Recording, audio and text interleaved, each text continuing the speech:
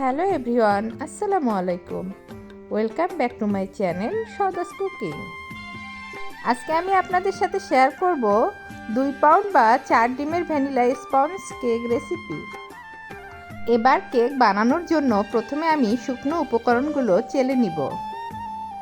2 pound cake বানানোর জন্য এখানে আমি 1 কাপ ময়দা নিলাম, আর নিলাম 2 টেবিল চামচ কর্নফ্লাওয়ার ও 1 চা চামচ বেকিং পাউডার।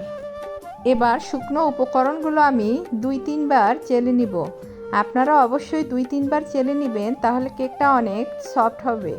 এখন আমি একটি মিক্সিং বোলে 4টি ডিম ভেঙে নিলাম। এবার এই ডিম থেকে আমি কুসুমগুলো আলাদা করে তুলে রেখে দিব। এই কাজটা অবশ্যই আপনারা একটু সাবধানের সাথে করবেন, যাতে কুসুমগুলো ভেঙে না যায়। এখন আমি ডিমের এই পানিগুলো 5-6 সেকেন্ডের মতো একটু বিট করে নিব, যাতে একটু ফেনা ফেনা হয়। 4টি ডিমের জন্য 2/3 কাপ চিনি ব্যবহার করতে হবে, তবে যারা একটু মিষ্টি পছন্দ করেন তারা 1 কাপ চিনি ব্যবহার করতে পারেন। এখন আমি অর্ধেক চিনি দিয়ে বিটারের স্পিড 1-এ রেখে ভালো করে চিনিটা গলিয়ে নিব। আর বিটারের স্পিড বাড়িয়ে কখনো বিট করতে যাবেন না, না হলে ডিম তাড়াতাড়ি ফোম হয়ে আসবে আর এদিকে চিনি গলবে না। এবার অর্ধেক চিনিটা দিয়ে আমি আবারও ভালো করে বিট করে নিব, চিনিটা গলে আসা পর্যন্ত। 5-7 মিনিট বিট করার পর যখন দেখবেন এরকম দাগ কাটলে দাগটা মিলিয়ে যাচ্ছে না, তখন বুঝতে হবে ডিমের ফোমটা হয়ে গেছে। এ পর্যায়ে দিব 1 চা চামচ বেকিং পাউডার, 2 টেবিল চামচ সয়াবিন তেল, আর দিব ডিমের কুসুমগুলো। তবে সয়াবিন তেলটা অপশনাল, আপনারা চাইলে স্কিপ করতে পারেন। স্পঞ্জ কেকে তেল না দিলেও কোনো সমস্যা নেই। এখন আমি সবগুলো উপকরণ 30 সেকেন্ডের মতো বিট করে নিব। এ পর্যায়ে শুকনো উপকরণগুলো অর্ধেকটা দিয়ে দিব, আর একটি স্প্যাচুলা দিয়ে এভাবে ফোল্ডিং মেথডে আস্তে আস্তে করে মিশিয়ে নিব। এই কাজটা অবশ্যই আস্তে ধীরে করতে হবে, তাড়াহুড়ো করে মেশানো যাবে না, না হলে ডিমের ফোমটা দেবে যাবে আর তখন কেক পারফেক্ট হবে না। এখন সেই অর্ধেক উপকরণটাও দিয়ে দিলাম। এবারে ফোল্ডিং মেথডে আবারও আস্তে আস্তে করে আমি ব্যাটারটাকে মিশিয়ে নিব। আর এভাবে আস্তে আস্তে করে যতক্ষণ না সবগুলো উপকরণ মিশে যায় মেশাতে থাকবেন। ব্যাটারটা আমার মেশানো হয়ে গেছে। এখন আমি 8 ইঞ্চি সাইজের একটি মোল্ডে একটি সাদা কাগজ বিছিয়ে দিয়ে উপরটাতে একটু তেল ব্রাশ করে দিচ্ছি। মোল্ডের সাইডে তেল ব্রাশ করে দিবেন না, না হলে কেকটা হওয়ার পর চুপসে যাবে।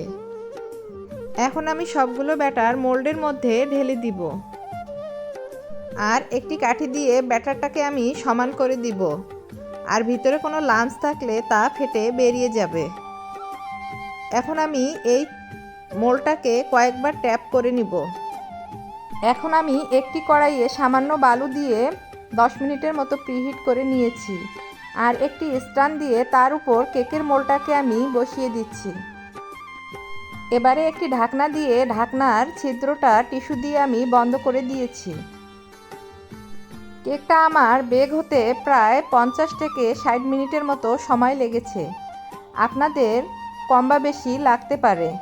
এখন আমি একটি কাঠি দিয়ে চেক করে নিচ্ছি কেকের ভিতরটা ভালো করে কুক হয়েছে।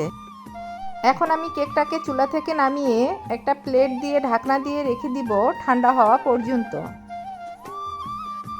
এ পর্যায়ে একটি প্লেন নাইফের সাহায্যে কেকের চারদিকগুলো একটু ছাড়িয়ে নিয়ে কেকটাকে আমি মোল্ড আউট করে নিচ্ছি। মাশাআল্লাহ, দেখুন কেকটা কতটা সফট আর নরম হয়েছে, আর কেকটা পারফেক্টভাবে ফুলে উঠেছে। এবার আমি অফ ক্যামেরায় কেকটাকে 3টি স্লাইস করে নিয়েছি। 2 পাউন্ড কেকের জন্য আমি 2 কাপ ক্রিম নিয়েছি। ক্রিমটা যখন এরকম নর্মাল হবে আর খুব বেশি ঠান্ডা থাকবে, তখন আমি বিট করে নিব। আমি এখানে টপিক্যাল হুইপ ক্রিম ব্যবহার করেছি, আপনারা যে কোনো ব্র্যান্ডের ক্রিম ব্যবহার করতে পারেন। ক্রিমটা 7-8 মিনিটের মতো বিট করার পর যখন বিটারের কাটা থেকে এরকম ঘন ঘন দাগ হয়ে আসবে, তখন বুঝতে হবে আপনার ক্রিমটি বিট করা হয়ে গেছে। এখন আমি একটি বোর্ডের উপর একটু ক্রিম লাগিয়ে কেকের স্লাইস দিয়ে দিব। এখন আমি এই কেকের উপর সুগার সিরাপ দিয়ে দিব। 2/4 কাপ পানি ও 2 টেবিল চামচ চিনি দিয়ে আপনারা একটি সুগার সিরাপ বানিয়ে নেবেন।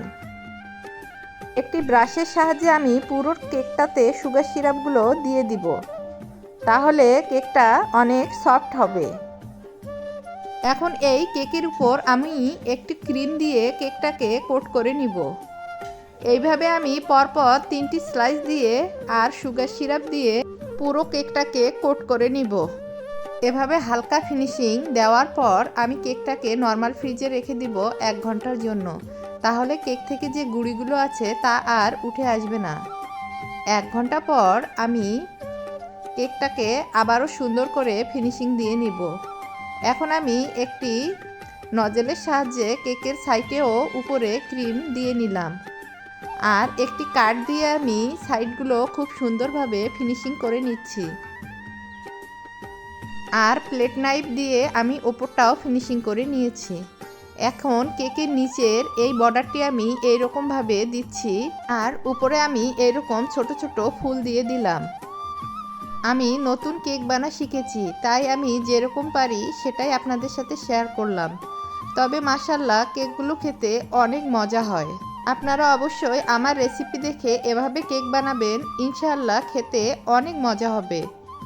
যারা এতক্ষণ ধৈর্য ধরে আমার ভিডিওটি দেখেছেন প্লিজ একটি লাইক দিবেন, আর নতুন হিসেবে আমার কেকটি কেমন হয়েছে কমেন্ট করে জানাবেন। আর যারা ইউটিউব থেকে দেখছেন প্লিজ চ্যানেলটি সাবস্ক্রাইব করবেন, আর ফেসবুক থেকে দেখলে পেজটিতে ফলো দিয়ে আমার পাশেই থাকবেন। আজ এ পর্যন্তই, দেখা হচ্ছে আগামী কোনো নতুন রেসিপিতে। ততদিন সবাই ভালো থাকবেন, সুস্থ থাকবেন। আল্লাহ হাফেজ।